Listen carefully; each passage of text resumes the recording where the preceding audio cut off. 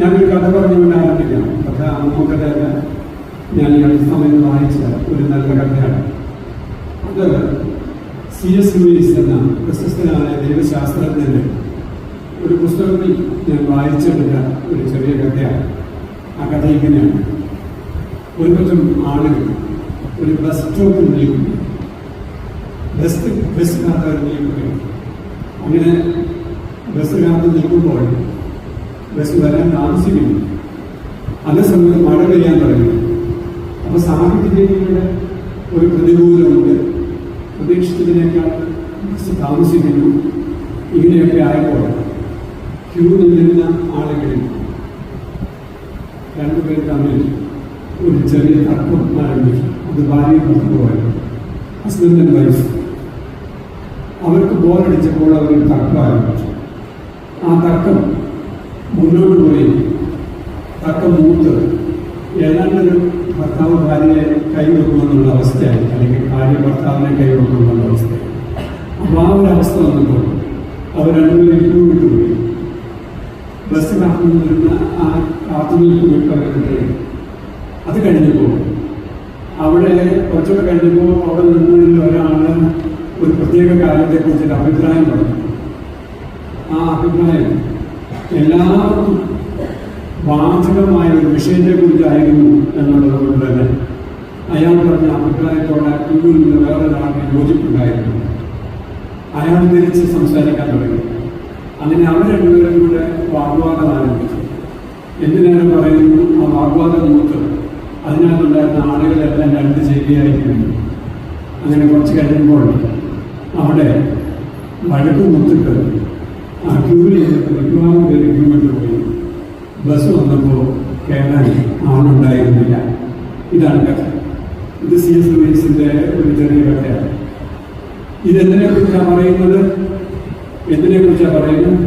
ഒരു പക്ഷേ ആത്മീയ ജീവിതത്തെക്കുറിച്ച് വളരെ പ്രസക്തമായ ഒരു കഥയാണ്.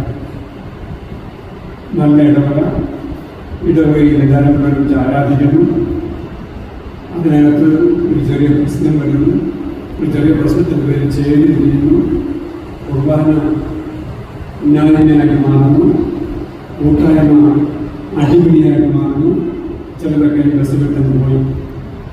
ഇപ്പോൾ കർത്താവ് ചോദിച്ചൊരു ചോദ്യമുണ്ട്. കർത്താവ് ചോദിക്കുന്നു, മനുഷ്യപുത്രൻ വരുമ്പോൾ വിശ്വാസം കാണുന്നു ഭൂമിയിൽ.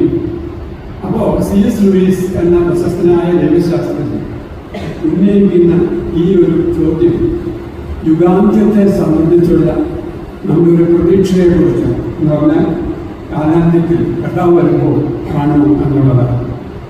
കർത്താവ് വരാമെന്ന് പറഞ്ഞിട്ട് വരുന്നില്ല, ഒത്തിരി കാലമായി താമസിക്കുകയാണ്. അപ്പോഴത്തെ ആളുകൾ തമ്മിൽ വലിയ പ്രശ്നങ്ങളാണ്. ചില ആളുകൾ വലിയ പരാതിയാണ്, കർത്താവ് വരുന്നില്ലല്ലോ, വന്ന ഉടനെ പറന്നു പോകാനുള്ള ചെറുതുകൊണ്ടിരിക്കുകയാണ്.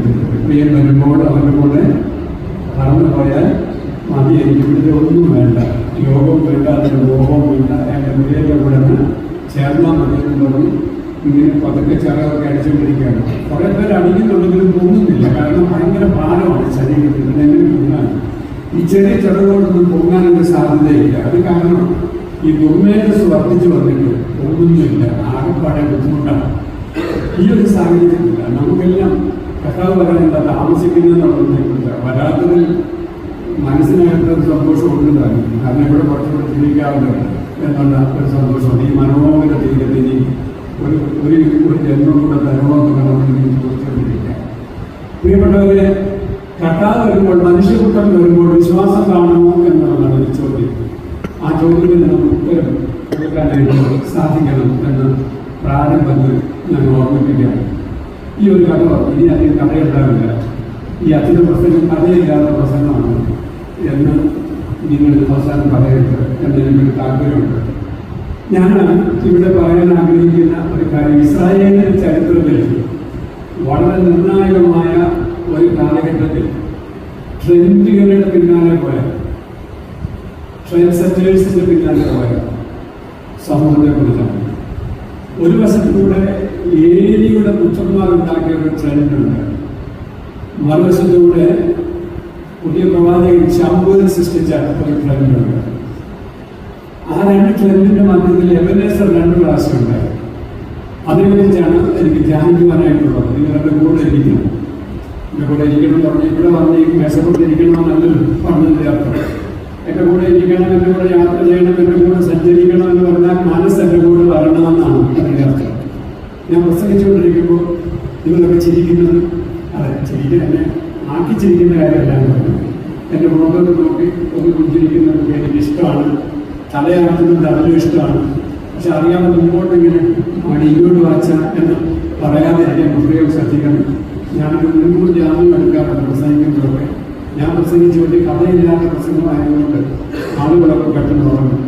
അപ്പോൾ അതുകൊണ്ട് ക്ലോസ് ഓഫ് ചെയ്യാതെ ഉറങ്ങി പോകാതിരിക്കാൻ പ്രത്യേകം ശ്രദ്ധിക്കണം. ഈ ഉറങ്ങി ബെഞ്ചിൽ നിന്ന് പോയെങ്കിലുണ്ടല്ലോ മ്യൂസിക് കോഴ്സിനെ പോകുന്നത് പറ്റിപ്പോയെങ്കിൽ തടിയെ എഴുതിയിരിക്കാൻ ഇരിക്കുന്ന ആർക്കും തന്നെ സാധിക്കുന്ന ഒരു ഉദ്ദേശിക്കാം. അതുകൊണ്ട് അത് സംഭവിക്കാതിരിക്കാൻ നമ്മുടെ ദൈവസന്നിധിയിൽ പ്രാർത്ഥിക്കണം. കർത്താവെ, നീ കരുതി ചെയ്യണമേ, അന്ധകാര രാജന്റെ ചിന്ത കലക്കാതെ നിന്റെ ചിന്ത എന്നിൽ തന്നെ അദ്ദേഹം പാലിക്കണമേ എന്ന് നമുക്ക് പ്രാർത്ഥിക്കണം. പ്രാർത്ഥിക്കാം. അപ്പോൾ ഞാൻ ഇന്ന് പറഞ്ഞത് ഈ എബനേസറിനെ കുറിച്ചാണ്, മിസ്പയെ കുറിച്ചാണ്, തുടർന്ന് ഷെയ്ൻ എന്ന ഒരു സ്ഥലത്തെ കുറിച്ചാണ്. ഈ അവസാനം പറഞ്ഞ കാര്യത്തെക്കുറിച്ച് എനിക്കോ അനുവചനമൊന്നും പറയാൻ അറിയത്തില്ല. ഒരു സ്കോളറാണ്. അപ്പോൾ അതുകൊണ്ട് ഈ ഷെയ്ൻ എന്ന് പറയുന്ന സ്ഥലം എവിടെയാണ് എന്നുള്ളത് ഇനി ഗൂഗിളിൽ തപ്പിയാൽ കിട്ടുമെന്ന് തോന്നുന്നുണ്ട്. എല്ലാത്തിനും ഉത്തരം വരുന്ന ഒരാളാണ് ഗൂഗിളാണ്. അതിന് കിട്ടുമോ നോക്കണം. ഇല്ല, ഇതുവരെ കിട്ടിയില്ല. എന്നാൽ മറ്റു രണ്ട് സ്ഥലങ്ങളെ കുറിച്ചുള്ള നല്ല ചിന്തകൾ നമുക്ക് ലഭിക്കുന്നുണ്ട്. ഞാൻ നിങ്ങളോട് പറയേണ്ട ഒരു പ്രത്യേക സാഹചര്യത്തിലാണ് ഈ വചനം 1 ശതമാനം 7-ാം അധ്യായം എഴുതിയിരിക്കുന്നത്. അല്ലെങ്കിൽ അതിൻ്റെ ഒരു കോണ്ടെക്സ്റ്റ് നമ്മൾ മനസ്സിലാക്കണം. വേദപുസ്തകം വായിക്കുന്നവരാണ് ഇവിടെ ഈ അധികം പേരും എന്നെനിക്ക് അറിയാം. വേദപുസ്തകത്തെ ധ്യാനിച്ച് പഠിക്കണം, നമ്മുടെ ഹൃദയത്തോടെ ചേർത്ത് വെക്കണം, ജീവിതത്തോടെ ബന്ധിപ്പിക്കണം. അപ്പോൾ മാത്രമേ അത് പ്രയോജനപ്പെടുകയുള്ളൂ എന്ന് നമുക്കറിയാറുണ്ട്. ഈ പഴയ നിയമത്തിലെ ഈ ഒരു സംഭവം നമ്മളൊന്ന് ധ്യാനിക്കുകയാണ്. ഞാൻ ഓർമ്മിപ്പിക്കുന്നത് 1 ശമൂവേൽ 1-ാം അധ്യായം മുതൽ നമ്മൾ താഴോട്ട് വായിക്കുന്ന സമയത്ത് ഇസ്രായേലിന്റെ ചരിത്രത്തിലെ ഒരു നിർണായക സന്ദർഭത്തെക്കുറിച്ചാണ് അവിടെ പറയുന്നത്. എന്താണ് ആ സന്ദർഭത്തിന്റെ പ്രത്യേകത എന്നറിയാമോ? ആ സന്ദർഭം ഇക്കോബാദ്മാർ ജനിക്കുന്ന സന്ദർഭമാണ്. ഇക്കോബാദ് എന്താണ്? ഇക്കോബാദ് ഇവിടെ വായിക്കുന്നുണ്ട്. എന്താണ് ഇക്കോബാദ്? മഹത്വം ഇസ്രായേലിൽ നിന്ന് പൊയ്പോയി എന്ന് പറയുന്ന ഒരു സന്ദർഭമാണ്. മഹത്വം ഇസ്രായേലിൽ നിന്ന് പൊയ്പോയി എന്ന് അർത്ഥം വരുന്ന പേര് ഒരു കുഞ്ഞിനിട്ടു എന്നാണ് നമ്മൾ വായിക്കുന്നത്. അത് ഏലിന്റെ മരുമകൻ തനിക്കുണ്ടായ കുഞ്ഞിനിട്ട പേരാണ് ഇസ്രായേലിൽ നിന്ന് മഹത്വം പൊയ്പോയി എന്നുള്ളത്. അപ്പൊ ഇസ്രായേലിൽ നിന്ന് മഹത്വം പൊയ്പോകുന്ന ഒരു സാഹചര്യം ഉണ്ടാവും. എന്തുകൊണ്ടാണ് ഇസ്രായേലിൽ നിന്ന് മഹത്വം പൊയ്പോയത് എന്ന് ശമൂവേലിന്റെ 1-ാം പുസ്തകം 1, 2, 3 അധ്യായങ്ങളിലൊക്കെ നമ്മൾ വായിക്കുന്നത് ആ കാലഘട്ടത്തിൽ ഉണ്ടായിരുന്ന ധാർമ്മികമായ അപജയത്തെക്കുറിച്ച് പറയാം. ധാർമ്മിക അപജയം, മതഘടനകളിൽ ഉണ്ടായ ധാർമ്മിക അപജയം എന്നുള്ളത്. മതത്തിന്റെ ഘടനകൾ പ്രധാനമായിട്ടും ഈ ധാർമ്മിക അപജയത്തെക്കുറിച്ച് അവർ പറയുന്നുണ്ട്. ഈ വാക്കൊക്കെ പറഞ്ഞാൽ ഒരു ബുദ്ധിമുട്ടിൽ ഓർമ്മയുണ്ട്. ഞാൻ ധാർമ്മിക അപജയം എന്നൊക്കെ പറയുന്നത് ധാർമ്മിക അപജയം സംഭവിച്ച ഒരു കാലഘട്ടത്തെക്കുറിച്ച് നമ്മളിവിടെ വായിക്കുകയാണ്. എന്താ വായിക്കുന്നത്? ഏലിയുടെ പുത്രന്മാർ അവർ വഷളന്മാരായിരുന്നു എന്ന് നമുക്കറിയാം. ഏലിയുടെ പുത്രന്മാർ ആരായിരുന്നു? ഏലി 40 വർഷക്കാലം ശീലവും കേന്ദ്രമാക്കി ഇസ്രായേലിനെ ന്യായപാലനം ചെയ്യുകയും പൗരോഹിത്യ ശുശ്രൂഷ ചെയ്യുകയും ചെയ്യാൻ വയോധികനായ പുരോഹിതനായിരുന്നു ഏലി പുരോഹിതൻ. അതാണ് നമ്മൾ വായിക്കുന്നത് അല്ലേ? ആ ഏലി പുരോഹിതന്റെ പുത്രന്മാരെ കുറിച്ച് നമ്മൾ വായിക്കാം. അവരെങ്ങനെയായിരുന്നു? അവരെക്കുറിച്ച് നമ്മൾ വായിക്കുന്നത് അവർ ദൈവത്തിന്റെ ഹനനയാഗങ്ങൾ അർപ്പിക്കുമ്പോൾ ആ യാഗങ്ങൾ ദഹിക്കുന്നതിന് മുമ്പ് തന്നെ അർപ്പിക്കുമ്പോൾ തന്നെ അവരുടെ ഭോഗത്തിന്, അവരുടെ ഭക്ഷണത്തിന് ഗ്ലട്ടണി, വലിയ ഭാവങ്ങളുണ്ട്. ഗ്ലട്ടണി എന്ന് പറഞ്ഞാൽ അമിത ഭക്ഷണപ്രിയത എന്നാണ്, വലിയ ഭാവമാണ്. ഈ അമിത ഭക്ഷണപ്രിയതയ്ക്ക് ഇരകളായി പോയ പുരോഹിതന്മാരാണ്. മനസ്സിലായോ? അമൃത ഭക്ഷണ പ്രിയതയ്ക്ക് ഇരകളായി പോയ പുരോഹിതന്മാരാണ്. അതായത് യാഗം ദഹിക്കുന്നതിന് മുമ്പ് തന്നെ, ദഹനത്തിന് മുമ്പ് തന്നെ കുത്തിയെടുത്തുകൊണ്ട് പോകാൻ വരുന്ന പുരോഹിതന്മാരാണ്. ഇനി ആരെങ്കിലും പാവപ്പെട്ടവർ ഇതൊന്ന് ദഹിച്ചോട്ടെ, ദഹനം ഒന്ന് കഴിഞ്ഞോട്ടെ, പുരോഹിതനുള്ള വിവിധങ്ങൾ ഉണ്ടല്ലോ, അത് അപ്പം കൊണ്ടുപോകാന്ന് പറഞ്ഞാൽ അവർ സംസാരിക്കുന്നത് ബലാത്കാരത്തിന്റെ ഭാഷയാണ്. ഇത് നമ്മൾ വായിക്കുന്നുണ്ട്. അവർ ബലാത്കാരത്തിന്റെ ഭാഷ സംസാരിക്കുന്നു. ആത്മീയ ഭാഷയല്ല, ബലാത്കാരത്തിന്റെ ഭാഷ സംസാരിക്കുന്ന ഒരു ഘടന. അതുകൊണ്ട് നമ്മൾ വീണ്ടും വായിക്കുന്നുണ്ട്, സമാഗമന കൂടാരത്തിൽ ശുശ്രൂഷ ചെയ്തു വന്ന സ്ത്രീകളോട് അപമര്യാദയായി പെരുമാറുകയും അവരെ വഷളാക്കുകയും ചെയ്ത പുരോഹിതന്മാരാണ് അവരെന്നാണ് നമ്മൾ വായിക്കുന്നത്. ലേവി പുരോഹിതന്റെ മക്കളെ കുറിച്ചാണ്. എനിക്ക് വലിയ സംഘടനയിൽ ഒരു റിട്രീറ്റ് നടത്താൻ ഞാൻ പോയപ്പോൾ ഈ ഭാഗത്തെ കുറിച്ചാണ് അവിടെ ഞാൻ ക്ലാസ് എടുത്തത്. അപ്പോൾ ഞാൻ അവരോട് പറഞ്ഞു, അങ്ങനെ ഒരു വാക്യമുണ്ട് സമൂഹത്തിന്റെ പുസ്തകത്തിൽ, ആ പുരോഹിതന്മാർ ദൈവത്തെ ഓർത്തില്ല. They could not remember God. ദൈവത്തെ ഓർക്കാൻ കഴിയാത്ത അപജയം സംഭവിക്കുകയാണ്. ദൈവിക ശുശ്രൂഷകൾ നടക്കുന്നു. ആ ദൈവിക ശുശ്രൂഷകളിൽ ദൈവത്തെ മാത്രം ഓർക്കുന്നില്ല, ബാക്കിയെല്ലാം ഉണ്ട്. അടിപൊളി പാട്ടാണ്, ഒരു കുഴപ്പമില്ല, നന്നായിട്ട് ശബ്ദത്തിൽ പ്രാർത്ഥിക്കുന്നുണ്ട്, അതിന് കുഴപ്പമൊന്നുമില്ല. പ്രാർത്ഥന കഴിഞ്ഞാൽ ഗംഭീര ഭക്ഷണമാണ്, അതിന് കുഴപ്പമൊന്നുമില്ല. എല്ലാം കൊണ്ടും അടിപൊളിയാണ്. പക്ഷേ ദൈവത്തെ മാത്രം ഓർക്കുന്നില്ല. ദൈവത്തെ ഓർക്കുക എന്ന് പറഞ്ഞാൽ അതിന് പ്രത്യേക അർത്ഥമുണ്ട്. ഓർക്കുക എന്ന് പറഞ്ഞാൽ കേവലം നമ്മുടെ ഓർമ്മയിൽ കൊണ്ടുവരിക എന്നുള്ള അർത്ഥം മാത്രമല്ല. ഓർക്കുക എന്നത് പഴയ നിയമത്തിൽ സെക്കർ, എൻ്റെ പേര് സെക്കറിയ എന്നാണ്. സെക്കർ യാറുണ്ടല്ലോ, എന്നാണ്, ദൈവം ഓർക്കുന്നു എന്നാണ്. അപ്പോൾ ഓർമ്മ എന്ന് പറയുന്നത് ഈ ഇസ്രായേലിന്റെ പെരുന്നാളുകളെല്ലാം ഓർമ്മകളായിരുന്നു. ആ ഓർമ്മകൾ എന്ന് പറഞ്ഞാൽ കേവലം മനസ്സിൽ ഓർക്കുകയല്ല, ആദ്യത്തെ പെരുന്നാൾ എങ്ങനെയായിരുന്നു അതിനെ പുനരാവിഷ്കരിക്കുകയാണ്. അതുകൊണ്ടാണ് പെസഹ പെരുന്നാൾ കൊണ്ടാടുന്ന ആളുകൾ ആദ്യ പെസഹ എങ്ങനെ കൊണ്ടാടിയോ അതുപോലെ തന്നെ കൊണ്ടാടണം.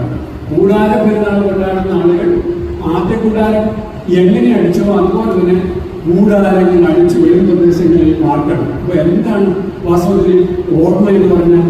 ഓർമ്മ എന്ന് പറഞ്ഞാൽ അതിനെ പുനരാവിഷ്കരിക്കുക എന്നൊരു അർത്ഥമാണ്. ദൈവത്തെയും ദൈവബോധത്തെയും പുനരാവിഷ്കരിക്കുന്നതാണ് സെക്കർ അല്ലെങ്കിൽ ഓർമ്മ എന്ന് പറയുന്നത്. ഒരു പ്രകാരത്തിലും ദൈവത്തെ ഓർക്കാത്ത, ദൈവത്തിന്റെ സാന്നിധ്യം അറിയാത്ത, ദൈവത്തിന്റെ സാന്നിധ്യത്തിന്റെ ഒരു സ്വാധീനമില്ലാത്ത, കേവലം കർമാചാരങ്ങളായി മാത്രം മാറിപ്പോയ, കേവല കർമാചാരങ്ങളായി മാത്രം മാറിപ്പോകുന്ന യാഗങ്ങളുണ്ട്, കർമാചാരമായി മാത്രം മാറിപ്പോകുന്ന പ്രാർത്ഥനയും, കർമാചാരമായി മാത്രം പോകുന്ന ആത്മീയ നടപടികളും ഉണ്ടാകുന്ന കാലത്ത് എന്താ സംഭവിക്കുക? ഇക്കോവാദുകൾ സൃഷ്ടിക്കും, ഇക്കോവാദുകൾ ഉണ്ടാകും എന്നുള്ളതാണ് മനസ്സിലാക്കേണ്ട ഒരു കാര്യം. മഹത്വം ഇസ്രായേലിൽ ദൈവജനത്തിന്റെ മധ്യത്തിൽ നിന്ന് ഒഴിപ്പോവുകയാണ് എന്ന് നമ്മൾ മനസ്സിലാക്കുകയാണ്. ശമൂവേലിന്റെ പുസ്തകം 4-ാം അധ്യായത്തിൽ നമ്മൾ വായിക്കുന്നത്, ശമൂവേൽ ഇങ്ങനെ കൊച്ചു ബാലനായി വളർന്നു വന്നു. അവർ പ്രസംഗിച്ചു തുടങ്ങിയ കാലം ശമൂവേലിന്റെ വചനം ജനത്തിന്റെ മധ്യത്തിൽ വന്നിട്ട് എന്ന് പറഞ്ഞിട്ട് പിന്നീട് നമ്മൾ വായിച്ചു തുടങ്ങുകയാണ്. പ്രിയപ്പെട്ടവരെ, അപ്പോൾ ജനമെല്ലാം കൂടെ നമ്മൾ വായിക്കുന്നത് എബനേസറിന് അരികെ പാളയം ഇറങ്ങി എന്നാണ്. എബനേസറിന് അരികെ പാളയം ഇറങ്ങി. ഈ എബനേസർ എന്നുള്ളൊരു വാക്ക് 7-ാം അധ്യായത്തിൽ ജയം കിട്ടിക്കഴിഞ്ഞപ്പോൾ ശമൂവേൽ കൊടുത്ത ഒരു പേരാണോ അതോ അതിന് മുമ്പേ ഉള്ള ഒരു സ്ഥലപ്പേരാണോ എന്നൊന്നും വ്യക്തമല്ല. ഒരു പക്ഷെ രണ്ടും ആകാം. ഞാൻ ഓർക്കാറുണ്ട്, ഇപ്പോൾ നമ്മൾ പിള്ളേർക്കൊക്കെ നല്ല പേരൊക്കെ കൊടുക്കുന്നത്. എന്ത് നല്ല പേര്? പ്രതീഷ് എന്നാണ് ഒരു പേര്, എന്തൊരു നല്ല പേര്. മനു എന്നാണ് ഒരു പേര്, എന്തൊരു നല്ല പേര്. സുജിൻ എന്നാണ് വേറെ പേര്, എന്തൊരു നല്ല പേരാ. ഇതെല്ലാം നല്ല പേരാ. എന്നെ പോലെ തക്കറിയാവുന്നതല്ല, സുന്ദരമായ പേരുകൾ. അപ്പൊ ഈ പേരുകൾക്കൊക്കെ പുറകിൽ ഒരു പ്രതീക്ഷയുണ്ട്, അല്ലേ? ഒരു പ്രതീക്ഷയുണ്ട്. വേദോസത്തിലെ ചില പേരുകളൊക്കെ നോക്കിയിട്ട് ഒരുത്തന്റെ പേര് നാബാൽ. ആ നാബാലിനെ കുറിച്ച് വായിക്കുന്നത് അബീഗയിൽ വന്ന ദാവീദിനോട് പറയുന്നത്, യജമാനനെ അവന്റെ പേര് നാബാലെന്ന്. അവന്റെ പേര് നാബാലെന്നല്ലോ. നാബാലെന്ന് പറഞ്ഞാൽ പൂളെന്നാണ്, മടയെന്ന. ഏതെങ്കിലും അപ്പനും അമ്മയും അങ്ങനെ പേരിടും പിള്ളേർക്ക്. എനിക്കും നടന്നു സ്കൂളാൻ തോന്നിയാലും അങ്ങനെ ഇടാറുണ്ടോ? നല്ല ഒന്നാമത്തെ പേരെ ഇടാറുള്ളൂ. ഒന്ന് ഈ ശുദ്ധീകരണം കിട്ടും, അല്ലെ ശുദ്ധോദനം കിട്ടും, അല്ലെന്നുണ്ടെങ്കിൽ വേറെ എന്തെങ്കിലും നല്ല പേരും. നമുക്കെല്ലാം നല്ല പേരുകൾ ഇടാനുള്ള താല്പര്യമാണല്ലോ, പ്രതീക്ഷ അല്ലേ?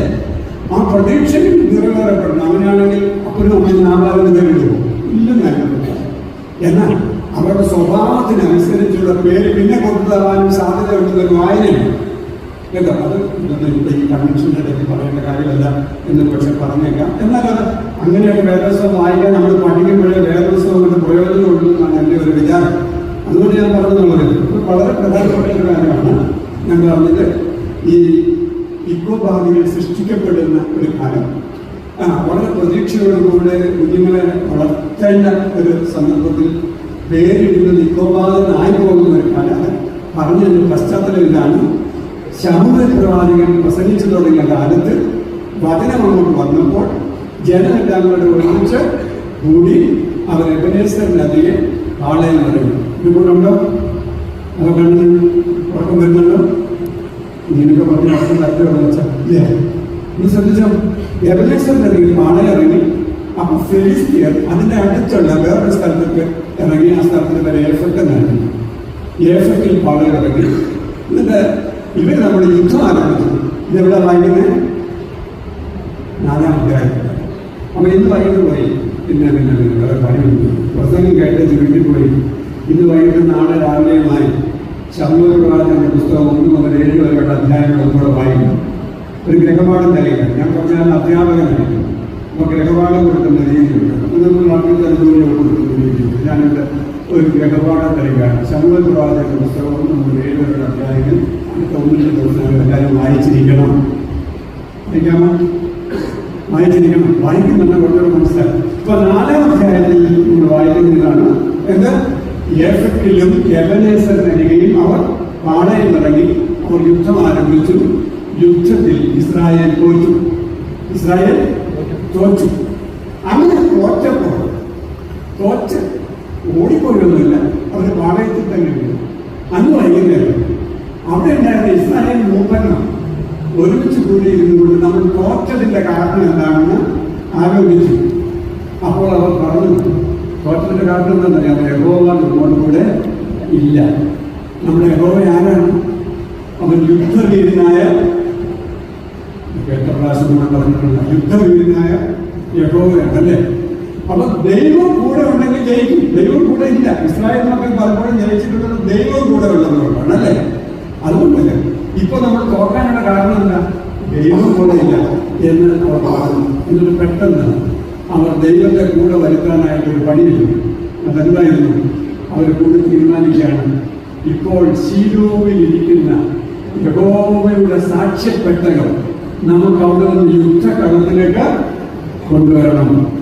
യഹോവയുടെ സാക്ഷ്യപേടകത്തെ നമുക്ക് യുദ്ധകളത്തിലേക്ക് കൊണ്ടുവരണമെന്നാണ് അവർ തീരുമാനിച്ചത്. അങ്ങനെ അങ്ങോട്ട് തീരുമാനിച്ചു കഴിഞ്ഞുകൊണ്ട് ശമൂവേലിന്റെ പുസ്തകത്തിലെ ഈ ചരിത്രകാരൻ വളരെ മനോഹരമായി കുറിച്ചു വെക്കുകയാണ്. കെരൂബുകളുടെ മധ്യത്തിൽ വസിക്കുന്ന യഹോവയുടെ പെട്ടകത്തെ അവർ അവിടെ നിന്ന് പൊക്കിയെടുത്തു. എന്നിട്ട് കൊണ്ടുവരിക. എങ്ങോട്ട്? യുദ്ധകളത്തിലേക്ക് കൊണ്ടുവരികയാണ്.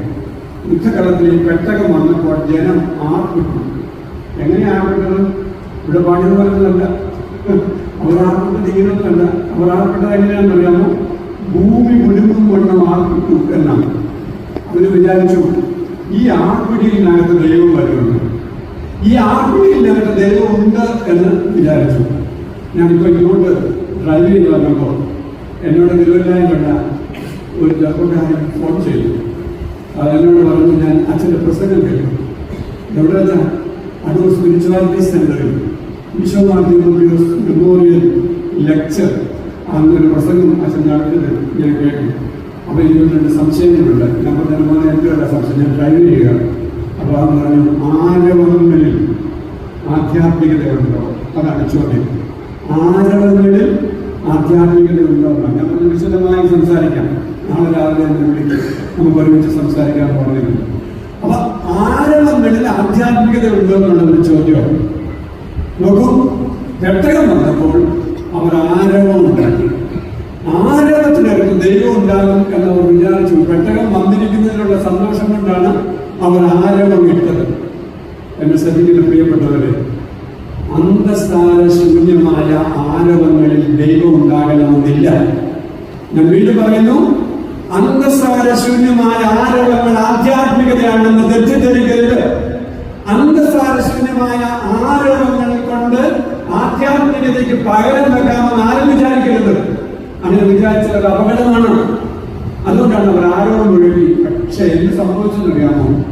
ആരവം ഒഴുകിയതേ ഉള്ളൂ, തോറ്റുപോയി. വീണ്ടും ജനം തോറ്റത് മാത്രമല്ല, പെട്ടകം പിടിക്കപ്പെട്ടു. യഹോവയുടെ പെട്ടകം, സാക്ഷ്യപ്പെട്ടകം, ഈ പടക്കളത്തിൽ വന്ന സാക്ഷ്യപ്പെട്ടകത്തെ ഫെലിസ്ത്യർ പിടിച്ച് അവരുടെ നാട്ടിലേക്ക് കൊണ്ടുപോയി. അവിടെ കൊണ്ടുപോയി എക്രോന്റെ ക്ഷേത്രത്തിൽ അവിടെ കൊണ്ടുപോയി വെക്കുകയാണ്. നമുക്കറിയാം അതിന്റെ പരിണാമമൊക്കെ. അതുകൊണ്ട് ഞാൻ 3 മുതൽ 7 വരെയുള്ള അധ്യായങ്ങൾ വായിച്ചോളാൻ പറഞ്ഞു. അതെല്ലാം ഇപ്പം പറയാനായിട്ട് സമയമില്ലല്ലോ. എന്നാൽ ഫെലിസ്തീൻ ദേശത്തേക്ക് ഈ പെട്ടകം കൊണ്ടുപോയി. പെട്ടകം പിടിക്കപ്പെട്ടു എന്നറിഞ്ഞപ്പോൾ വയസ്സ് ചെന്നിരുന്ന ഏതാണ്ട് 90 വയസ്സുണ്ടായിരുന്ന ഏലി പുറകോട്ട് വീണ് കഴുത്തൊടിഞ്ഞ് മരിച്ചുപോയി എന്നും അദ്ദേഹത്തിന്റെ പുത്രന്റെ ഭാര്യ പൂർണ്ണ ഗർഭിണിയായിരുന്നവർക്ക് പെട്ടെന്ന് പേറ്റുനോവുമെന്ന് അവൾ അവിടെ വെച്ച് പ്രസവിച്ചു എന്നൊക്കെയാണ് നമ്മൾ വായിക്കുന്നത്. ആ കുഞ്ഞിനാണ് ഇപ്പോൾ പകർന്ന് പേരിട്ടത് എന്നൊക്കെ നമ്മൾ വായിക്കുക. പ്രിയപ്പെട്ടവരെ, ഞാൻ ഓർമ്മിപ്പിക്കുകയാണ്. ഒന്നാമത്, എബനേസർ എന്നത് ഒരു പരാജയ തീരമായിരുന്നു. In the beginning, it was a battlefield of failure and defeat. യുദ്ധം പരാജയപ്പെട്ട ഒരു തീരമാണ്. എന്തുകൊണ്ടാണ് യുദ്ധം പരാജയപ്പെട്ടു പോയത് എന്ന് ഒന്ന് അവലോകനം ചെയ്യണം. ഞാനതാ പറയുന്നത്. യുദ്ധം പരാജയപ്പെട്ടു പോയത് ധാർമ്മികത നഷ്ടപ്പെട്ടു പോയതുകൊണ്ടാണ്. അങ്ങനെ യുദ്ധം പരാജയപ്പെട്ടു പോയത് ആത്മശക്തിയില്ലാത്ത ആരാധന കൊണ്ടാണ്. വീണ്ടും പറയുന്നു, യുദ്ധം പരാജയപ്പെട്ടു പോയത് വിശുദ്ധമായ കരങ്ങളും നിർമ്മലമായ ഹൃദയവും ഇല്ലാതെ പോയത് കൊണ്ടാണ്. യഹോവയുടെ പർവ്വതത്തിൽ ആര് കയറും? അവന്റെ വിശുദ്ധ സ്ഥലത്ത് ആര് നിൽക്കും? വിശുദ്ധമായ കരങ്ങളും നിർമ്മലമായ ഹൃദയവും ഉള്ളവൻ, അല്ലേ? വ്യാജം പറയാതിരിക്കുന്നവൻ, ദോഷം ചെയ്യാതിരിക്കുന്നവൻ, കള്ളസാക്ഷ്യം പറയാതിരിക്കുന്നവൻ, അങ്ങനെയുള്ളവനാണ് യഹോവയുടെ പർവ്വതത്തിൽ കയറുന്നത്. യഹോവയുടെ പർവ്വതം വിജയത്തിന്റെ പർവ്വതമാകുന്നത് ആഴത്തിലുള്ള ആധ്യാത്മികത കൊണ്ടാണ്. ഹൃദയശുദ്ധിയുടെയും കരനൈർമല്യത്തിന്റെയും അനുഭവ തലത്തിലാണ് പ്രിയപ്പെട്ടവരെ യഹോവയുടെ പർവ്വതം വിജയത്തിന്റെ പർവ്വതമായി മാറുന്നത്. അല്ലാതെ യഹോവയ്ക്ക് പർവ്വതമില്ല. ഞാൻ ഓർമ്മിപ്പിക്കുകയാണ് എൻ്റെ പ്രിയപ്പെട്ടവരെ, ആധ്യാത്മികത പരാജയപ്പെടുമ്പോൾ ജനത്തിന്റെ ട്രെൻഡ് വ്യത്യാസപ്പെടുകയാണ്. ഇതൊക്കെ പറയാനായിട്ടുണ്ട്. ഇന്ന് നമ്മുടെ ആരാധനയുടെ ട്രെൻഡ് എന്താണ്? What is our spiritual language? നമ്മുടെ ആധ്യാത്മികതയുടെ ഭാഷ എന്താണ്? And who is setting this spiritual trend? ഇന്ന് നമ്മൾ കാണുന്ന ഈ ആധ്യാത്മികതയുടെ ട്രെൻഡുകൾ ആരാണ് സെറ്റ് ചെയ്യുന്നത് എന്നുള്ളതാണ് ഒരു ചോദ്യം. തിരുവല്ലായി ഞാൻ താമസിക്കുന്നിടത്ത് ഈ പ്രാവശ്യത്തെ ക്രിസ്തുമസിന്റെ ഏറ്റവും പ്രധാനപ്പെട്ട ഹൈലൈറ്റ് 2500 പാപ്പാമ അവിടെ പബ്ലിക് സ്റ്റേഡിയത്തിൽ ഒരുമിച്ച് അണിനിരന്ന് നിൽക്കുന്നുണ്ട്. ചുമന്ന വേഷമിട്ട 2500 പാപ്പാമ അവിടെ അണിനിരന്നു എന്നുള്ളതാണ്. വലിയ കാര്യത്തിൽ മൈക്ക് നമ്മൾ വിളിച്ച് വന്നുകൊടുക്കുന്നതല്ലോ. ഇങ്ങനെ 2500 സാധാരണ അവിടെ ഒരുമിച്ച് അണിനിരക്കുന്ന വലിയ സന്ദർഭമാണ്. വരുകയും കാണുകയും അനുഗ്രഹ പ്രാർത്ഥനയൊന്നുമില്ല, വരുകയും കാണുകയും എന്നൊക്കെയാണ്. ഏറ്റവും കൂടുതൽ അലങ്കരിക്കപ്പെട്ട സ്ഥലങ്ങൾ ഏതൊക്കെയാണെന്ന് അറിയാമോ? ക്രിസ്മസിന് ഏറ്റവും കൂടുതൽ നന്നായി അലങ്കരിക്കപ്പെട്ടത് ബാറുകളാണ്. പിന്നെ കേക്ക് വിൽക്കുന്ന കടകളാണ്. എന്തൊരു സന്തോഷമാണ്, എന്തുമാത്രം കേക്കാണ് വിറ്റത്. അപ്പൊ കേക്ക് വിൽക്കുന്ന കടകളും മദ്യം വിൽക്കുന്ന കടകളുമൊക്കെ ധാരാളമായി ഇലൂമിനേറ്റ് ചെയ്ത് ഡെക്കറേറ്റ് ചെയ്ത് ഇങ്ങനെ സുന്ദരമായി വെച്ചിരിക്കുകയാണ്. ഈ പ്രാവശ്യം ഞാൻ എൻ്റെ വീട്ടിലൊരു സ്റ്റാർ പോലും ഇടുന്നില്ലെന്ന് പിള്ളേരോട് പറഞ്ഞു, എൻ്റെ ഭാര്യയോട് പറഞ്ഞു. ഒരു സ്റ്റാർ പോലും ഇടുന്നില്ല. അതിൻ്റെ കാരണം എന്താണെന്നാണ്? ഇത് എൻ്റെ ഈ ബലഹീനന്റെ ഒരു പ്രൊട്ടസ്റ്റ്. എൻ്റെ ഈ ബലഹീനന്റെ ഒരു പ്രൊട്ടസ്റ്റാണ്, ഒരു പ്രതിഷേധമാണ്. എന്തിനാണ് പ്രതിഷേധമാണ്? നിങ്ങൾ തിരിച്ചറിയുന്നത് എന്തിനാണ് പ്രതിഷേധമെന്നറിയാമോ? ഈ ക്രിസ്തുമസിനെ ഹൈജാക്ക് ചെയ്തുകൊണ്ടുപോയ വാണിജ്യവൽക്കരിക്കപ്പെട്ട ഒരു മാഫിയ സംഘത്തിന്റെ ആ ഒരു ശ്രമത്തിന് എന്റെ ജനം അതിനകത്ത് ഇരകളായി പോയത് കൊണ്ട് അവരുടെ ഒരു പട്ടക്കാരൻ എന്നുള്ള നിലയിൽ എന്റെ വീട്ടിൽ വരുന്ന ഒരു ക്രിസ്മസ് സ്റ്റാർ പോലും കാണില്ല. This is A protest. ഒരു പ്രൊട്ടസ്റ്റ് മാത്രം. അതുകൊണ്ടാണ് എന്റെ സെക്രട്ടറി വൈകുന്നേരം സെക്യൂർ പള്ളിയിൽ ഇത്ര ശക്തമായിട്ട് പറയുന്നത്, നമ്മുടെ ആധ്യാത്മികത ആരോ ഹൈജാക്ക് ചെയ്തിരിക്കുന്നു. ഞാൻ കഴിഞ്ഞ ദിവസം വായിച്ച എന്നെ നടുക്കിയ ഒരു കാര്യമുണ്ട്. ഞാൻ വായിക്കുകയാണ്, ക്രിസ്മസ് ഫാദറുടെ വേഷവിധാനങ്ങൾ, സാന്താക്ലോസിന്റെ വേഷവിധാനങ്ങൾ ആരാ സ്പോൺസർ ചെയ്തെന്നറിയാമോ? കൊക്കക്കോള കമ്പനിയാണ് ഡിസൈൻ ചെയ്തത്. അതിന് ചുമപ്പും അതിന്റെ രീതിയും ഒക്കെ. ഇപ്പോ ക്രിസ്മസ് ഫാദറിനെ നമുക്ക് ആ വേഷത്തിലെല്ലാം ചിന്തിക്കാനേ പറ്റില്ല. ക്രിസ്മസ് ഫാദർ എന്ന് പറഞ്ഞാൽ നമുക്ക് ആ ചുമന്ന മുറിട്ട കുമ്പയുള്ള തലയിൽ വെച്ച് കെട്ടിയ വയറുള്ള, പിന്നെ ക്രിസ്മസ് കടകളുടെ വീട്ടിൽ വന്ന് ആവാസ നൃത്തം ചെയ്യുന്ന ഞാൻ ആ ഭാഗം ഉപയോഗിക്കുന്നു. ക്രിസ്മസ് കടകൾ കൗൺസിൽ വീട്ടിൽ വന്ന് ആവാസ നൃത്തം ചെയ്യുന്ന ഈ ബോഡി ടിച്ച് ചെയ്യുന്ന ഈ ആളാണ് ക്രിസ്മസ് ഫാദർ എന്നൊരു സംശയമില്ല ആളുകൾക്ക്. കഴിഞ്ഞ ദിവസം ഒരാൾ ക്രിസ്മസിന്റെ ഗ്രീറ്റിംഗ്സ് അയക്കുകയാണ്. എന്താണെന്ന് സാന്താനയുടെ സമാധാനം നിങ്ങൾക്ക് എന്താ ഉണ്ടാകട്ടെ. യേശുവിന്റെ സാന്താനയുടെ സമാധാനം. വേറെ ചോദിക്കുകയാണ്, സാന്താക്ലോസിന്റെ എത്രാമത്തെ ബർത്ത്ഡേ ആണ് എന്നാണ് ക്രിസ്മസ് എന്ന് പറഞ്ഞാൽ. ഇതൊക്കെയാണ് ഇപ്പോൾ നമ്മൾ കണ്ടുകൊണ്ടിരിക്കുന്നത്. ഇത് അതുപോലെ ഉണ്ടെന്ന് ഞാൻ വിചാരിക്കുന്നു. അതേപോലെ ശമൂലിന്റെ കാലത്ത് അവിടെ സംഭവിച്ച ഒരു ട്രെൻഡിന്റെ, അതായത് ഈ ഏരിയുടെ പുത്രന്മാരുണ്ടാക്കിയ ഭക്ഷണമോഹത്തിന്റെയും ലാഭമോഹത്തിന്റെയും ജഡമോഹത്തിന്റെയും ഒരു പശ്ചാത്തലത്തിൽ അവരുണ്ടാക്കിയ ട്രെൻഡിനകത്ത് പെട്ടുപോയ ഒരു പറ്റം ആളുകൾ അവരുടെ ആരാധന കേവലം അന്തസാരശൂന്യമായ ആരവമായി മാറിയപ്പോൾ പ്രിയപ്പെട്ടവരെ അത് തിരിച്ചറിയുന്ന ചിലരെങ്കിലുണ്ടായിരുന്നു. അത് തിരിച്ചറിഞ്ഞ ദൈവത്തിന്റെ ശിക്ഷ അവരുടെ മുന്നിൽ വന്നു എന്നാണ് എനിക്ക് പറയാനായിട്ടുള്ളത്. അതുകൊണ്ട് ഈ എബനേസർ ഒരു പരാജയജീവമായിരുന്നു എന്ന് 4-ാം അധ്യായത്തിൽ ഞാൻ വായിക്കുന്നത് നിങ്ങളോട് പറയുക. എന്തിനാ പറഞ്ഞത് എന്ന് ചോദിച്ചാൽ, ബൈബിൾ സൊസൈറ്റിയുടെ കൺവെൻഷൻ നടക്കുന്നത് കൊണ്ട്, വേദപുസ്തകത്തിന്റെ സന്ദേശം ഉൾക്കൊള്ളുവാൻ താല്പര്യമുള്ളവരുടെ ഉള്ളതുകൊണ്ട്, പ്രിയപ്പെട്ടവരെ അതിനോട് പ്രതിബദ്ധതയുള്ളവരുടെ ഇരിക്കുന്നത് കൊണ്ട് എൻ്റെ ഹൃദയത്തിന്റെ ഭാരം ഞാൻ നിങ്ങളുടെ പങ്കുവെച്ചത്. പ്രിയപ്പെട്ടവരെ, അതാണ് ഞാൻ പറഞ്ഞത്. ഇവിടെയില്ല എബനേസർ ഒരു പരാജയ തീയമായി ഇപ്പോപാടുകളെ സൃഷ്ടിക്കുന്ന ഒരാധ്യാത്മിക സംസ്കാരം മാത്രമേ ഉള്ളൂ. നാം ജീവിക്കുന്ന കാലഘട്ടത്തിൽ മഹത്വം പോയിപ്പോയതിന്റെ ഒരുപാട് പിറവികൾ നാം കണ്ടുകൊണ്ടിരിക്കുന്ന കാലഘട്ടത്തിലാണ് നാം ജീവിക്കുന്നത്. നമ്മുടെ വീടുകളിൽ മഹത്വം നഷ്ടപ്പെട്ടിരിക്കുന്നു. നമ്മുടെ സ്വന്തം വീടുകളിൽ മഹത്വം നഷ്ടപ്പെട്ടിരിക്കുന്നു. നമ്മുടെ കൂട്ടായ്മകളിൽ മഹത്വം നഷ്ടപ്പെട്ടിരിക്കുന്നു. നമ്മുടെ ആരാധന സമൂഹങ്ങളിൽ മഹത്വം നഷ്ടപ്പെട്ടിരിക്കുന്നു. പ്രാർത്ഥിക്കുന്നവരൊക്കെ ആരവം മുഴക്കാനായിട്ട് ശ്രമിക്കുക. എന്നാൽ ഈ ആരവം ഉള്ളിലേക്ക് പ്രവേശിച്ച് ഇവിടെ പലപ്പോഴും ഈ കൺവെൻഷൻ്റെയൊക്കെ സമയത്തൊക്കെ പ്രാർത്ഥിക്കുന്നത്, അല്ലെങ്കിൽ ചിലർ പറയുന്നത് കഴിഞ്ഞ 40 വർഷം കൺവെൻഷൻ നടന്ന് നമുക്ക് എന്ത് പ്രയോജനമുണ്ടായി, നമുക്ക് എന്ത് ഗുണമുണ്ടായി, എന്തെങ്കിലും ഗുണം ഉണ്ടാവുന്നില്ലെന്നുള്ള ഒരു പ്രതീക്ഷയിലാണ് നടത്തുന്നത് തന്നെ.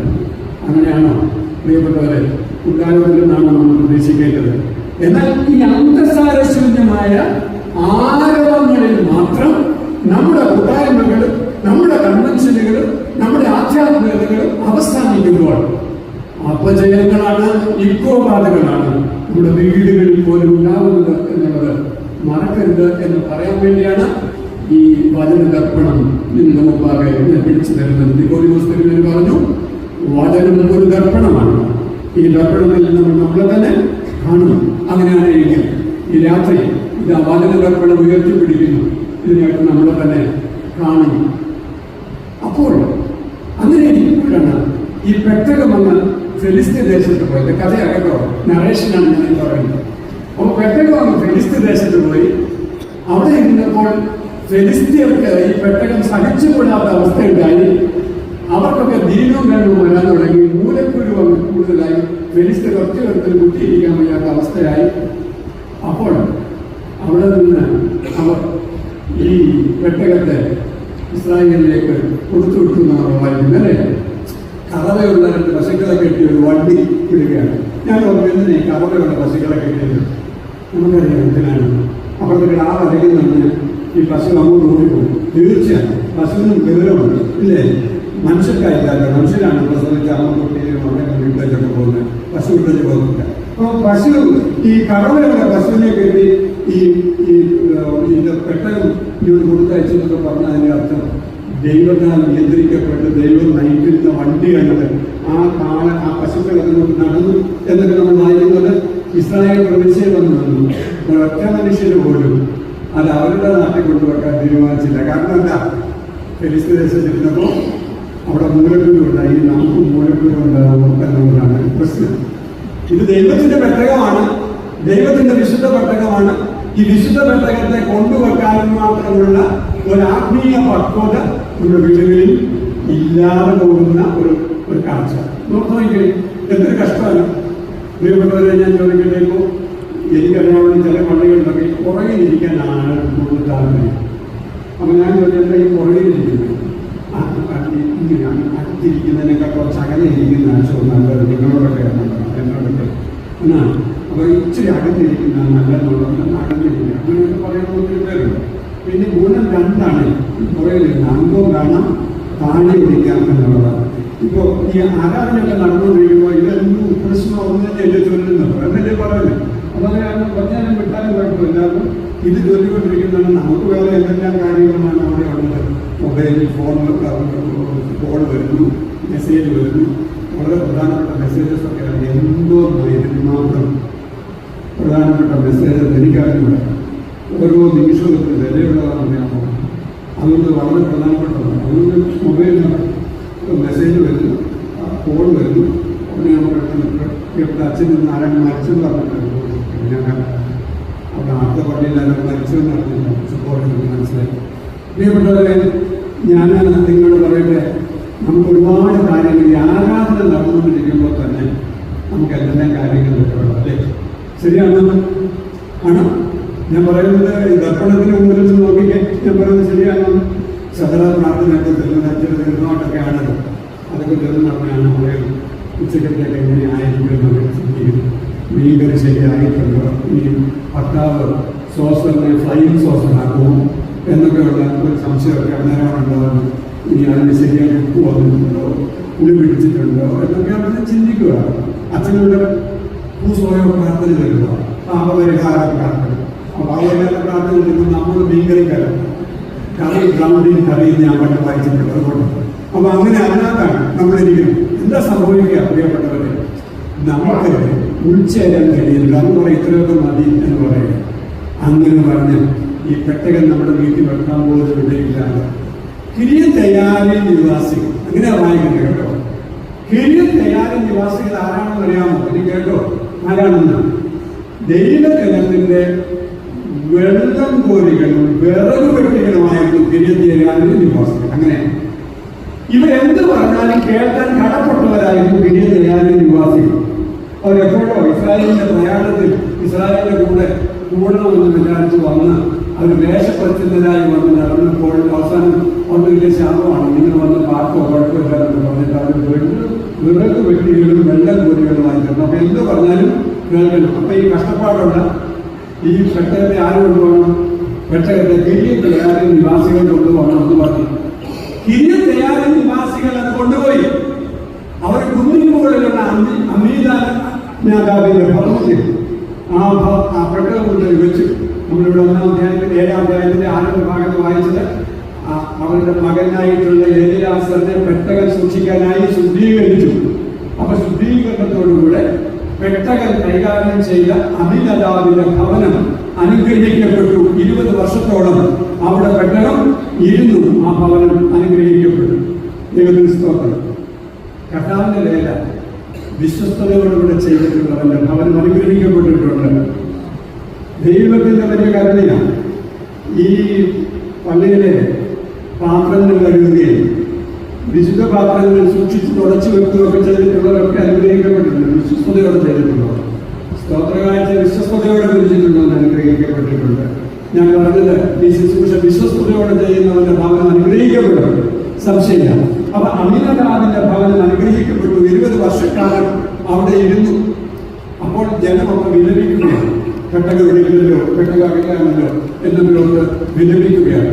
അതിനൊന്ന് ശമൂവേലിനോട് പറഞ്ഞു, ഞങ്ങൾക്ക് വേണ്ടി പ്രാർത്ഥിക്കുന്നത് നിർത്തരുത്. ശമൂവേൽ അവരോട് പറഞ്ഞു, ഞാൻ പ്രാർത്ഥിക്കണം എന്നുണ്ടെങ്കിൽ ഒരു കണ്ടീഷനുണ്ട്. അതാണ് ഇന്നത്തെ ആത്മീയ ക്രമം. എന്താണ് കണ്ടീഷൻ? നിങ്ങളുടെ ഇടയിലുള്ള അന്യ ദൈവങ്ങളെയും അസ്തോല പ്രതിഷ്ഠകളെയും നീക്കിക്കളയണം. എന്നിട്ട് നിങ്ങൾ യഹോവയെ മാത്രം ആരാധിക്കണം. അങ്ങനെ നിങ്ങൾ സമ്മതിക്കുകയാണെങ്കിൽ, അങ്ങനെ തീരുമാനിക്കുകയാണെങ്കിൽ, ഈ സത്യദൈവത്തെ മാത്രം ആരാധിക്കുവാൻ നിങ്ങൾ തയ്യാറാണെങ്കിൽ ഞാൻ നിങ്ങൾക്ക് വേണ്ടി പ്രാർത്ഥിക്കും. ശമൂവേൽ പ്രാർത്ഥിക്കുകയാണ്. പ്രിയപ്പെട്ടവരെ, വളരെ വ്യക്തമാണ്.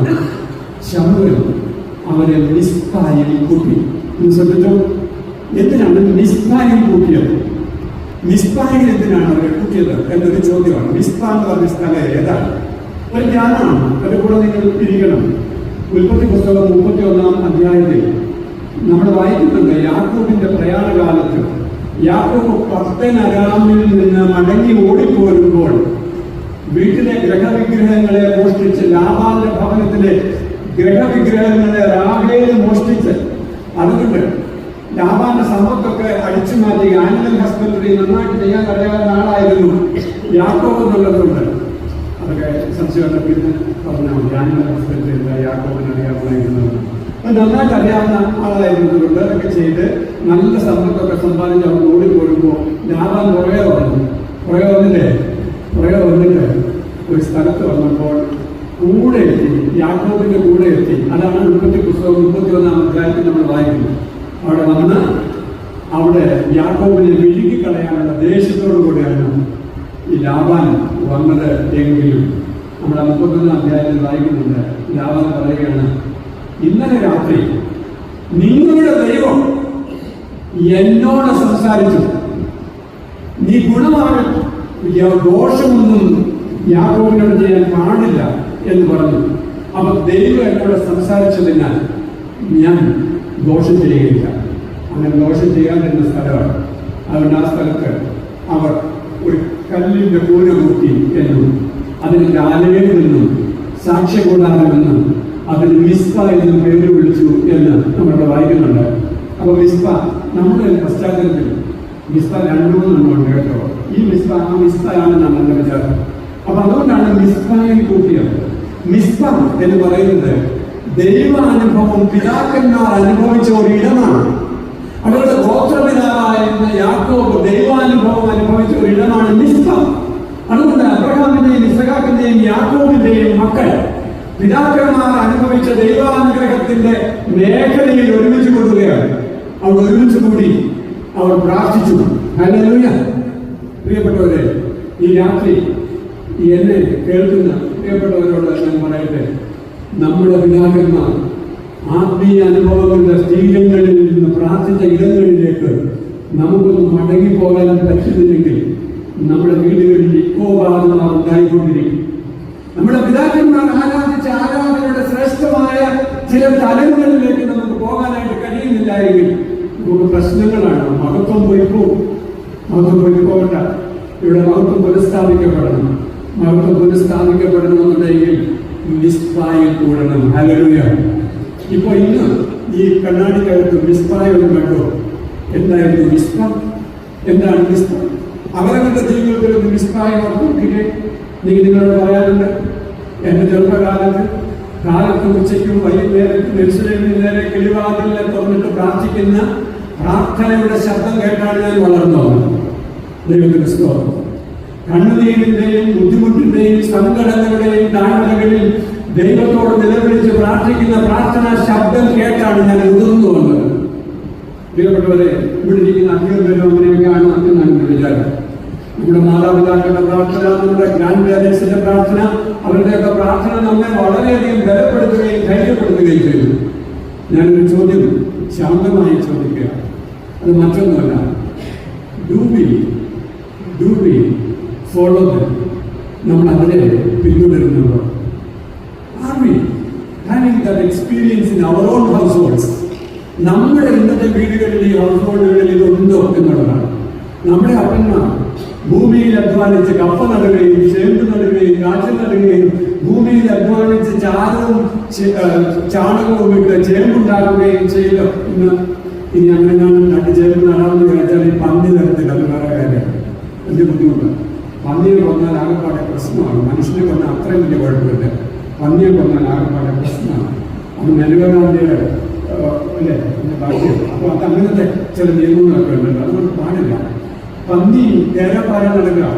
ഞാൻ ഇങ്ങോട്ട് വന്നപ്പോൾ അവരോട് പറഞ്ഞു, അച്ഛാ തന്നെയാണ് എൻ്റെ കൂടെ തിരിച്ചു വരുന്നത്, നല്ല പന്നി വൈകിട്ടാണ് എന്നോട് വെച്ചാൽ ഞാൻ ഒറ്റയ്ക്ക് വന്നത് എൻ്റെ ഭാര്യയ്ക്ക് പേടിയില്ലാതില്ല. തിരിച്ചു പന്നി വന്നു ഇന്ത്യയൊക്കെ മറിച്ച് കളയുമ്പോൾ പേടിയുണ്ട്, എനിക്ക് ഇല്ലാതില്ല.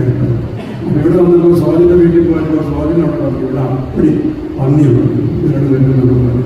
അത് കേട്ടപ്പോഴത്തേക്ക് എൻ്റെ ഭയം കേട്ടിച്ചു. ഇതെല്ലാം പ്രാർത്ഥിക്കണം, സന്തോഷത്തോടുകൂടെ പ്രാർത്ഥിക്കണം. അപ്പോൾ ഞാൻ പറഞ്ഞു, ഇപ്പോൾ നമ്മൾ കൃഷി ചെയ്യാമെന്ന് വിചാരിച്ചാൽ നമുക്ക് പറ്റത്തില്ല, അതിനത്തെ ഒരു അവസ്ഥയാണ്. എന്നാൽ ഞാൻ ഒരു ചോദ്യം ചോദിക്കാം, ഈ പിസ്തായുടെ കാലത്ത്, പിശാചിൻ്റെ കാലത്തില്ല, പിസ്തായുടെ കാലത്ത് മനസ്സിലായി, ചിക്കൻ കബാബിൻ്റെയും പിന്നെ ചിക്കൻ 65-ൻ്റെയും ഒക്കെ കാലത്ത്, ഇതൊക്കെ അച്ഛൻ അറിയാമോ എന്നാണ്, ഇതിൻ്റെയൊക്കെ കാലത്ത് ഞാൻ ചോദിക്കുന്നു, പ്രിയപ്പെട്ടവരെ, നമ്മുടെ വീടുകളിൽ മിസ്തായുടെ പുനരാവർത്തനം ഉണ്ടാവണം. നമ്മുടെ പിതാക്കന്മാരുടെ ആത്മീയ അനുഭവങ്ങളുടെ തീരങ്ങളിൽ നമുക്ക് ഈ കാലഘട്ടങ്ങളിൽ പ്രാർത്ഥിക്കാനായിട്ട് കൊള്ളണം, ആരാധിക്കുവാനായിട്ട് കൊള്ളണം. അങ്ങനെ പ്രാർത്ഥിച്ചപ്പോൾ അവരുടെ വൊക്കാബുലറി ചേഞ്ച് ചെയ്യും. സ്പിരിച്വൽ വൊക്കാബുലറി ചേഞ്ച്, അവരുടെ വൊക്കാബുലറി ചേഞ്ച് ചെയ്യും. നേരത്തെ ഉണ്ടായിരുന്നത് ബലാത്കാരമാണ്, നേരത്തെ ഉണ്ടായിരുന്നത് ഭോഗമാണ്, നേരത്തെ ഉണ്ടായിരുന്നത് അഹങ്കാരമാണ്.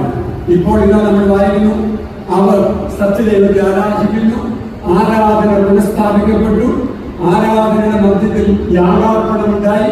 ആ യാഗാർപ്പണത്തെ കുറിച്ചൊന്നും എനിക്കിപ്പോൾ പറയാനില്ല. അതിൻ്റെ ഗുരുദോഷങ്ങളെ കുറിച്ചോ പാൽ കുടിക്കുന്ന ആട്ടുകുട്ടിയുടെ എന്തിനാണ് യാഗം കഴിച്ചതെന്നോ അതിൻ്റെ എത്തിക്സ് എന്താണെന്നോ ഒന്നും ഇപ്പോൾ പറയാനായിട്ടുള്ള സമയമല്ല, ഞാൻ അതിലേക്ക് പോകുന്നില്ല. ഞാൻ പറഞ്ഞത് ഇസ്രായേൽ ജനത്തിന്റെ ആരാധന പുനഃസ്ഥാപിക്കപ്പെട്ടു എന്നാണ്. അല്ലെങ്കിൽ ആരാധന പുനഃസ്ഥാപിക്കപ്പെട്ടു, ജനം ശക്തരായി. ഓർമ്മിപ്പിക്കുന്നവരെ, നമ്മുടെ ക്രൈസ്തവ സമൂഹത്തിന്റെ ഇന്നത്തെ ഏറ്റവും വലിയ ശത്രുക്കൾ ബദലല്ല.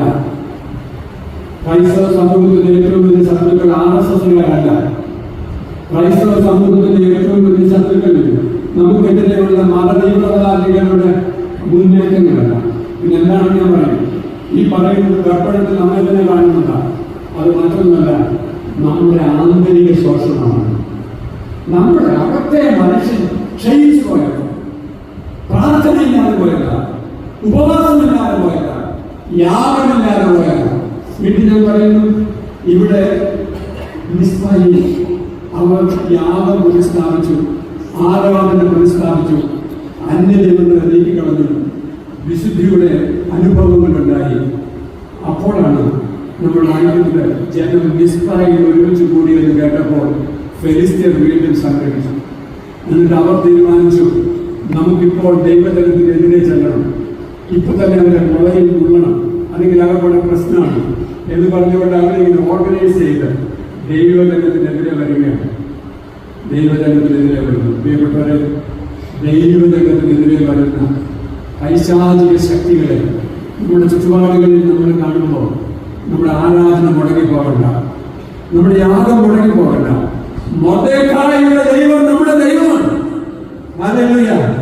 കടുമരമൊരുക്കി നോക്കി നിൽക്കുന്ന, മൊർദെഖായിയെ തൂക്കിക്കളയാൻ നോക്കി നിൽക്കുന്ന ഹാമാണ് ദൈവത്തിന് ന്യായവിധി ഉണ്ടായതിനെ കുറിച്ച് നമ്മൾ വായിക്കുന്നുണ്ട്.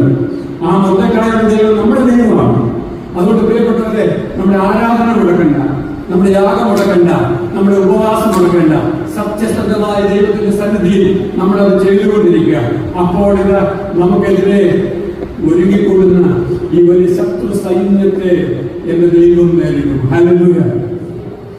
പ്രധാനപ്പെട്ട ഒരു സംഗതിയാണ്. നമ്മൾ വായിക്കുന്നു, ഈ ജനമെങ്ങനെ ദൈവജനത്തിനെതിരെ കൂടി വന്നപ്പോൾ ജനം ഭയപ്പെട്ടു എന്ന് വായിക്കുന്നുണ്ട്. എന്നാൽ അന്ന് യഹോവ ഇടിമുഴക്കിയെന്ന് വായിക്കുന്നു. ആ ഇടിമുഴക്കത്തിന്റെ ശബ്ദം കേട്ട് ഫെലിസ്ത്യർ ഭയപ്പെട്ടു. ഭയപ്പെട്ടു. പ്രകൃതിയുടെ ശക്തികളെ തനിക്ക് ആയുധമാക്കി ഉപയോഗിക്കുന്ന ദൈവമാണ്. ഞാൻ ഈ എഹെസ്കേൽ പ്രവാചകന്റെ പുസ്തകവും യിരെമ്യാ പ്രവാചകന്റെ പുസ്തകവും ഒക്കെ ഈ കഴിഞ്ഞ ദിവസങ്ങളിൽ തറവായിട്ട് ഇങ്ങനെ വായിച്ചു കൊണ്ടിരിപ്പോൾ വളരെ പ്രധാനപ്പെട്ട ഒരു ശക്തീകരണമുണ്ട്. അത് മറ്റൊന്നുമല്ല, ദൈവത്തിന്റെ സൈന്യങ്ങളാണ് ഇത് മുഴുവൻ. കാറ്റും മേഘവും മിന്നലും ഇടിയും ഒക്കെ ദൈവത്തിന്റെ സൈന്യങ്ങളാണ്. അങ്ങനെയാണെങ്കിൽ പ്രിയപ്പെട്ടവരെ, നാം ജീവിക്കുന്ന കാലഘട്ടത്തിൽ അതിവൃഷ്ടിയും അനാവൃഷ്ടിയും അതിശൈത്യവും അത്യുഷ്ണവും നമ്മുടെ സമൂഹത്തിൽ പെരുകുമ്പോൾ നമ്മുടെ പ്രകൃതി മുഴുവനും മനുഷ്യന് വിരോധമായി മാറിക്കൊണ്ടിരിക്കുന്ന ഇക്കോളജിക്കൽ ഇംബാലൻസിനുള്ള ഒരു കാലഘട്ടത്തിൽ നമ്മൾ നോക്കുന്നത് എന്തുകൊണ്ടാണ് ഇങ്ങനെയൊക്കെ സംഭവിക്കുന്നത്? ഇങ്ങനെയൊക്കെ സംഭവിച്ചത് മുഴുവനും ദൈവത്തിന്റെ ക്രമത്തിൽ നിന്നും ദൈവജനം പിന്മാറിപ്പോയതുകൊണ്ടാണ്. അതുകൊണ്ട് ഇന്ന് വചന ശുശ്രൂഷ നടത്തുന്ന വചനത്തിന്റെ ശുശ്രൂഷകൻ എന്നുള്ള നിലയിൽ എന്റെ ഉത്തരവാദിത്വം എന്റെ ജനതയെ ഓർമ്മിപ്പിക്കുക എന്നുള്ളതാണ്. Come back to the orders of Christ. ക്രിസ്തുവിന്റെ ദൈവത്തിന്റെ ക്രമങ്ങളിലേക്ക് മടങ്ങി വരിക. അവിടെ മടങ്ങി വരുമ്പോൾ ഞാൻ പറഞ്ഞു, പ്രകൃതി ശക്തികളെ പോലും നമുക്ക് അനുകൂലമാക്കി തീർക്കുന്ന ഒരു ദൈവം ജീവിക്കുന്നുണ്ട്. അതാണ് നമ്മളിവിടെ വായിച്ചത്. ഇടിമുഴക്കിയപ്പോൾ അവർ ഭയപ്പെട്ട് ഓടിപ്പോയി എന്നൊക്കെ നമ്മൾ വായിക്കുകയാണ്. അങ്ങനെയാണ് ഈ പരാജയത്തിന്റെ തീരം വിജയതീരമായി മാറുന്നത്. ദൈവത്തിന്റെ സ്തോത്രം. അതാണ് 7-ാം അധ്യായത്തിൽ നമ്മൾ വായിക്കുന്നത്. അതിന്റെ എബനേസർ എന്ന് പേരിട്ടു. ഈ എബനേസർ ദൈവം എന്തുദ്ദേശിച്ചോ ആ ഉദ്ദേശം നിറവേറപ്പെടുന്നത് ദൈവത്തോടു കൂടെ ചേർന്ന് പ്രവർത്തിക്കുന്ന ദൈവ മക്കളുടെ ഉൾച്ചേരലുണ്ടാകുമ്പോഴാണ്. ബൈബിൾ സൊസൈറ്റിയുടെ പേരിലുള്ള ഈ ഒരു കൺവെൻഷനെ ഞാൻ ഓർമ്മിപ്പിക്കുന്നു. നമ്മുടെ പരാജയ തീരങ്ങൾ വിജയ തീരങ്ങളായി മാറുവാൻ വർഷത്തിന്റെ ആരംഭത്തിൽ ദൈവത്തിന്റെ സന്നിധിയിൽ ഇരുന്നുകൊണ്ട് നമ്മൾ പറയണം, ഞങ്ങളുടെ വൊക്കാബുലറി ഞങ്ങൾ ചേഞ്ച് ചെയ്യും, ഞങ്ങളുടെ ട്രെൻഡ് ഞങ്ങൾ ചേഞ്ച് ചെയ്യും. ഞങ്ങൾ ഫോളോ ചെയ്യുന്നത്, ഞങ്ങൾ അനുവർത്തിക്കുന്നത് ഏഴുത മക്കളുടെ ട്രെൻഡല്ല, ഞങ്ങൾ അനുവർത്തിക്കുന്നത് ശമൂവേലിന്റെ ട്രെൻഡാണ്. ദൈവത്തിന്റെ സ്തോത്രം. Samuel is the trendsetter. Samuel is the trendsetter and we follow him. ഇപ്പോൾ പ്രവാചകനായ പുരോഹിതനായ സാമുവേൽ ഒരു ട്രെൻഡ് സെറ്റ് ചെയ്യുമ്പോൾ ആ ട്രെൻഡിന്റെ പുറകെ ഞങ്ങൾ പോകും, അതിന്റെ കൂടെ നിൽക്കും. ദൈവത്തിന്റെ സ്തോത്രം. പ്രിയപ്പെട്ടവരെ, ഒരു കാര്യം വളരെ വ്യക്തമാണ്. ബൈബിൾ സൊസൈറ്റിയുടെ പ്രവർത്തകരായി ഇന്ന് വന്നിരിക്കുന്ന പ്രിയപ്പെട്ട ദൈവജനത്തോട് ഞാൻ പറയും, ഇതിനോട് താല്പര്യമുള്ളവരെ, ഈ വചനത്തിന്റെ പ്രാധാന്യത്തെ കുറിച്ച് അറിയാവുന്നവരെ, we can create the trends. നമുക്ക് ട്രെൻഡ് സെറ്റ് ചെയ്യാം. നമ്മുടെ വീടുകളിൽ, നമ്മുടെ ചുറ്റുപാടുകളിൽ നമുക്ക് ട്രെൻഡ് സെറ്റ് ചെയ്യാം. അത് പ്രതിരോധിക്കുന്ന ഇന്നത്തെ എല്ലാ അനീതിയുടെയും ദൈവവിരുദ്ധതയുടെയും ട്രെൻഡുകൾക്കെതിരെ നമ്മുടേതായ ട്രെൻഡുകൾ നമുക്ക് സെറ്റ് ചെയ്യാൻ ദൈവം തമ്മിൽ ഈ വർഷം നമ്മളെ സഹായിക്കട്ടെ എന്നാണ് എൻ്റെ പ്രാർത്ഥന. ഹല്ലേലൂയ. ഞാൻ അവസാനിപ്പിക്കാറായി, എൻ്റെ സമയം കഴിഞ്ഞു. ഞാൻ അവസാനിപ്പിക്കുക. പ്രിയപ്പെട്ടവരെ, ഇതാ പരാജയതീരമായിരുന്ന എബനേസർ 7-ാം അധ്യായത്തിലേക്ക് വരുമ്പോൾ വിജയത്തിന്റെ തീരമാണ്. അവിടെ വിജയത്തിന്റെ സ്മാരകശില നാട്ടുകയാണ്. എന്നാൽ ഈ സ്മാരകശില എവിടെയാണ് നാട്ടിയത് എന്നുള്ളതാണ് ഒരു ചോദ്യം. അതിനെക്കുറിച്ചുള്ള ധ്യാനം പറഞ്ഞ് മാത്രമേ ഈ സന്ദേശം അവസാനിക്കുകയുള്ളൂ. അതുകൊണ്ടാണ് പ്രിയപ്പെട്ടവരെ, എവിടെയാണ് ഈ സ്മാരകശില നാട്ടിയത്?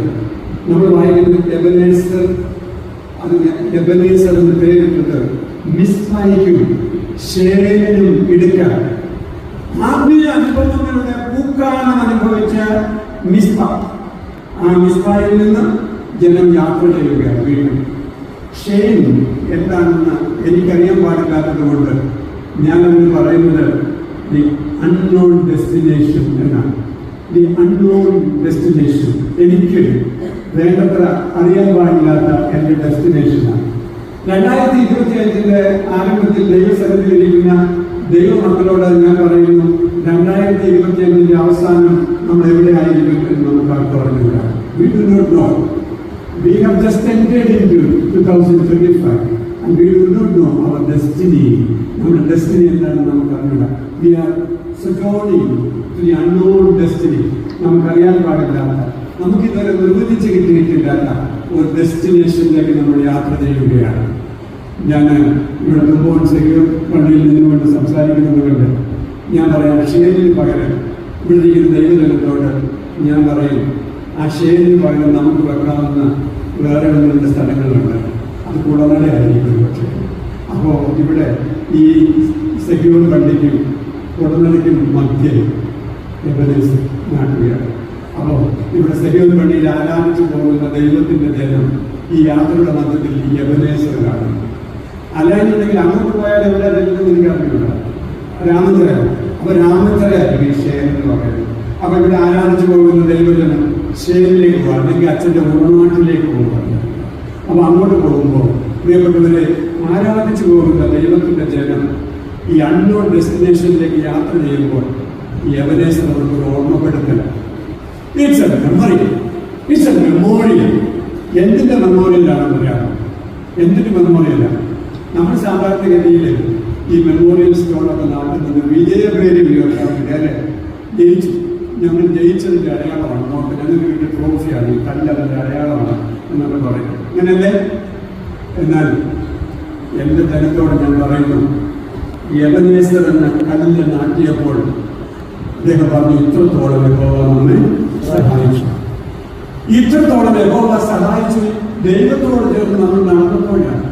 ഈ എബനേസർ പണ്ടൊരു പരാജയമായിരുന്നു, ഇപ്പോൾ അത് ജയമായി. ഇപ്പോൾ അത് വിജയമായത് എന്തുകൊണ്ടാണ്? ദൈവത്തിൻ്റെ കരുണയോട് എൻ്റെ ജനം ഒരുപോലെ പ്രതികരിച്ചപ്പോഴാണ്.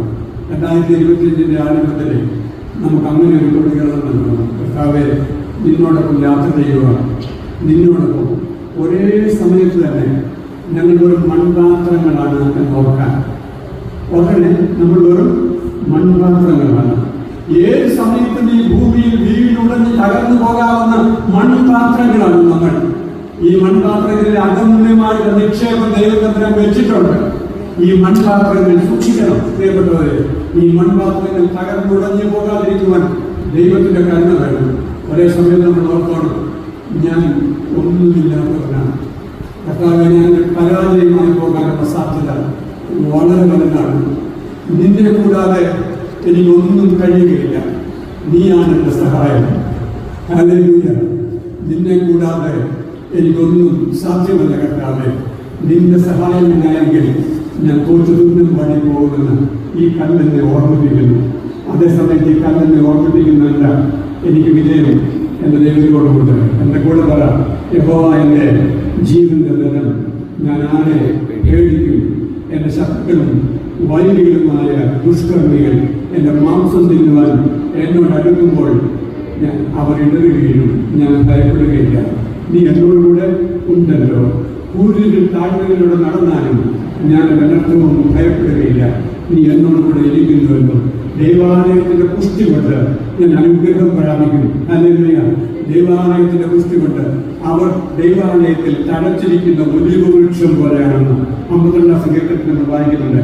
ദൈവാലയത്തിൽ തഴച്ചിരിക്കുന്ന ഒലിവ് വൃക്ഷം പോലെ ഞങ്ങളായിരിക്കും. പ്രിയപ്പെട്ടവരെ, ഈ പുതിയ വർഷം നമുക്ക് ഒലിവ് വൃക്ഷം പോലെ തഴച്ചിരിക്കണമെന്നുണ്ടെങ്കിൽ ഒരേ സമയത്ത് നമ്മുടെ ബലഹീനതയെക്കുറിച്ചും നമ്മെ ബലപ്പെടുത്തുന്ന ദൈവത്തിന്റെ സാന്നിധ്യത്തെക്കുറിച്ചും നമുക്ക് ഓർമ്മ വരണം. ഈ ഓർമ്മ കൊടുക്കുന്ന എബനേസറിന്റെ സ്മാരകശില ഇന്നിവിടെ സ്ഥാപിക്കപ്പെട്ടിരിക്കുന്നു. നിങ്ങളിവിടെ വന്നത് വെറുതെയല്ല പ്രിയപ്പെട്ടവരെ. ഇന്ന് അബദ്ധവശാലോ വേറെ ഏതെങ്കിലും ഒരു കാരണത്താലോ ഈ ബൈബിൾ സൊസൈറ്റിയോടുള്ള കമ്മിറ്റ്മെന്റുകളോ അല്ലെങ്കിൽ വേറെ ഏതെങ്കിലും ഒരു കാരണങ്ങളോ ഇവിടെ വന്നവരാരെങ്കിലൊക്കെ ഉണ്ടാവാം. എന്നാൽ യുവർ പ്രസൻസ് ഹിയർ, നിങ്ങളുടെ സാന്നിധ്യം ഇവിടെ, ഇറ്റ് ഈസ് പ്രൊവിഡൻഷ്യൽ. അത് ദൈവം നിശ്ചയിച്ചതാണ്. ദൈവം നിശ്ചയിക്കുന്നതുകൊണ്ടാണ് എലിസക്കിയാച്ചൻ ഇന്നിവിടെ വന്ന് ഈ വചനം പ്രസംഗിച്ചത്. ഈ വചനം എന്റെ ജനത്തോട് പറയുവാൻ എന്നെ ഏൽപ്പിച്ചത് ദൈവം നിശ്ചയിച്ചതുകൊണ്ടാണ്. ദൈവത്തിനൊരു പദ്ധതിയുണ്ട്.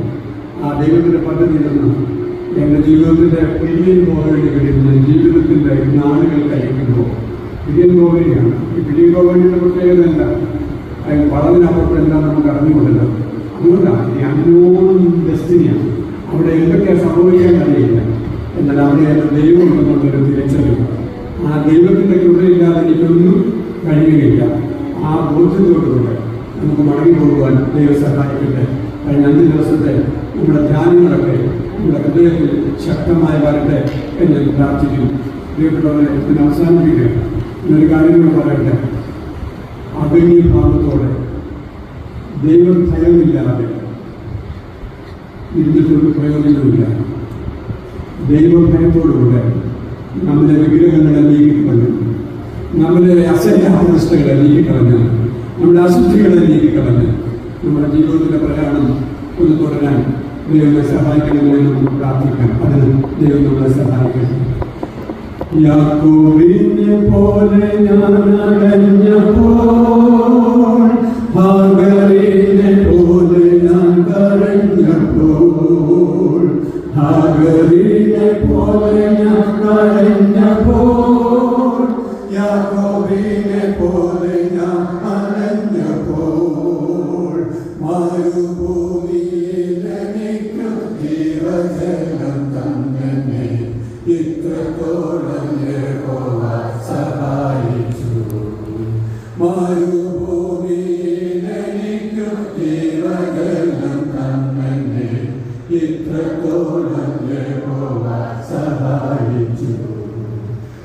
ഇത്രത്തോളം യഹോവ സഹായിച്ചു, ഇത്രത്തോളം ദൈവം എന്നെ നാട് ഒന്നുമില്ലായ്മയിൽ